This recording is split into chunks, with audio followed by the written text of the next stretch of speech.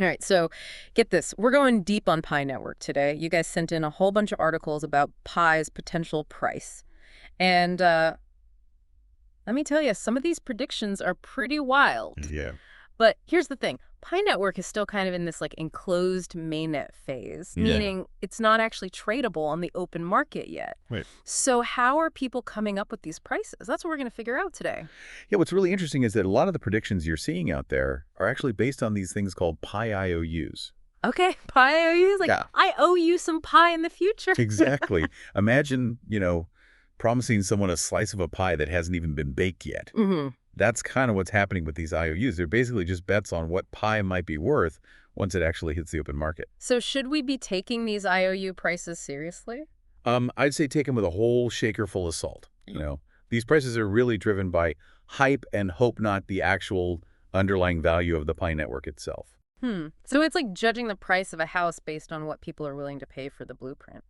You got it. Okay. I'm already starting to see why this is so tricky. Speaking of tricky, the Bit Degree article mentioned a prediction that puts Pi's potential market cap.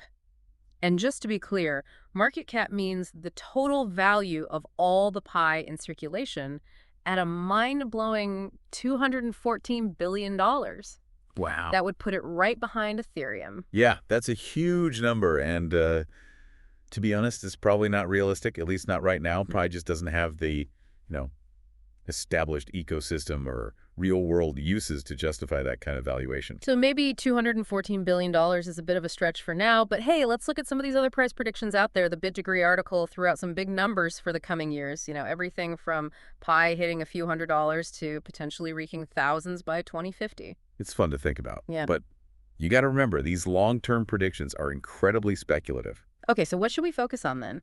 How can we cut through all the hype and get a clearer picture of Pi's potential? I think we need to understand the things that actually determine a cryptocurrency's price. Things like supply and demand, the overall health of the crypto market, Hmm. and the always changing world of regulations. Those are the factors that are going to shape Pi's future. All right, let's break it down, starting with supply and demand.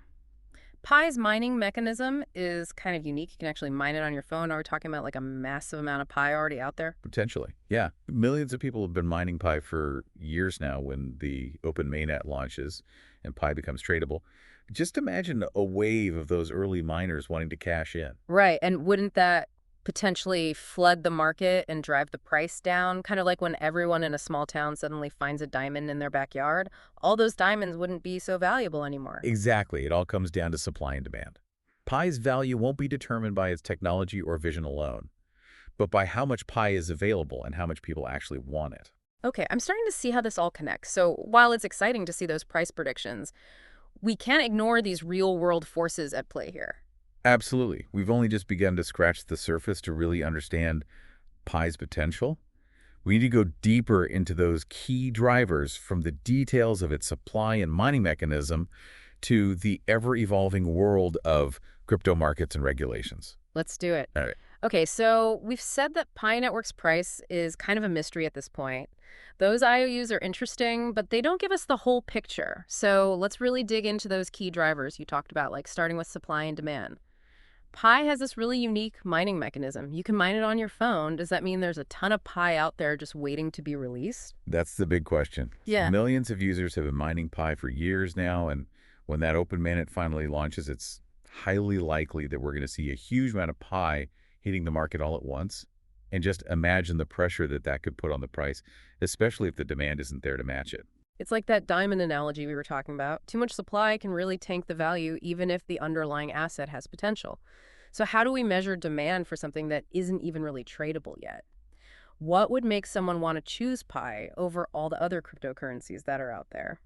This is where things get really interesting. The Pi Network team is betting on real-world utility. They're building a whole ecosystem with applications and partnerships, and all of that is aimed at making Pi usable for everyday transactions. If they can pull that off, that could really drive demand organically. So it's not just about hype and speculation. Pi really needs to prove its worth in the real world. But even if Pi has this amazing app or partners with some huge retailers, couldn't the overall crypto market still mess things up? I mean, we all know how volatile crypto can be. You're absolutely right. The crypto market is like a roller coaster, big highs and scary lows. Yeah. Pi, regardless of its own merit, is going to be influenced by those bigger market trends. Imagine if Pi launches right as the market enters a bear phase. That could make it really hard for it to gain traction. Yeah, it's a gamble for sure. But even beyond the crypto roller coaster, there are those macro financial trends that you mentioned. Can you explain how those might impact Pi's price? Think about it this way. The world outside of crypto is just as unpredictable as the world inside of it. Inflation, for example, is a big problem right now. If traditional currencies continue to lose their purchasing power, people might start to look for alternative ways to store their value. So cryptocurrencies like Bitcoin, which are often seen as a hedge against inflation, they could benefit from that trend. Yeah, exactly. And while Pi has its own unique features, it could also potentially benefit from that change in attitude. Yeah. If people start seeing crypto as a safe haven during times of economic uncertainty, Pi could ride that wave.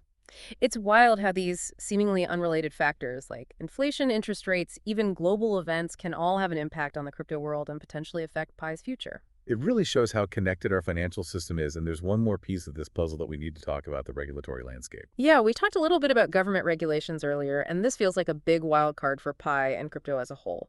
Absolutely. Governments around the world are still trying to figure out how to deal with cryptocurrency. Some countries are embracing the innovation, while others are cracking down with strict rules or even bans. And what happens in the regulatory arena could really make or break Pi's future. So, if a country decides to be crypto friendly, Pi could really thrive in that market. But if regulations become a roadblock, Pi's growth could be stopped in its tracks. Exactly. The Pi Network team is going to have to navigate this very carefully. They're going to have to build relationships with regulators, demonstrate compliance, and address any concerns that come up head on. If they can successfully position Pi as a responsible and trustworthy player in the crypto space, that could open doors to huge adoption. This is getting intense. So much of Pi's success depends on things that are totally outside of the team's control. So, how can our listener make sense of all of this? What questions should they be asking themselves as they continue their own research? Well, first and foremost, they need to be careful about the hype. It's so easy to get swept up in the excitement, especially with all of these exciting price predictions. Hmm. But it's really important to remember that Pi is still in its very early stages. So, don't get carried away based on speculation or promises. Do your own research. Look into Pi Network's white paper, understand the technology, and really assess the credibility of the team. Exactly. Look beyond the headlines, explore the community forums, join some discussions, and think critically about the information you find. And of course, remember the golden rule of investing: never invest more than you can afford to lose. Couldn't agree more. Cryptocurrencies are inherently risky. They have the potential for huge rewards, but there's also the possibility of big losses. So manage your risk carefully, and remember that diversification is key. So while it's tempting to chase those huge gains, it's important to stay grounded and approach this with a level head. But hey, let's not forget the exciting part of all of this. What if Pi Network actually pulls it off? What if they actually create this inclusive financial ecosystem that they talk about? That's the billion-dollar question. Literally, if Pi fulfills its vision of creating a more inclusive and accessible financial system, the implications could be absolutely enormous. Imagine a world where anyone with a smartphone can take part in the global economy. That's a powerful idea, and while it's still early days, it's definitely something worth thinking about. We're watching the evolution of finance in real-time. Cryptocurrencies like Pi are challenging the status quo and pushing the limits of what's possible. It's an exciting time to be following this space for sure, but I think it's time to take a step back and think about everything we've talked about. I agree. Let's summarize these insights and explore what they mean for you, the listener. What are the key takeaways, and how can you use this information to make smart decisions about Pi Network and other cryptocurrencies?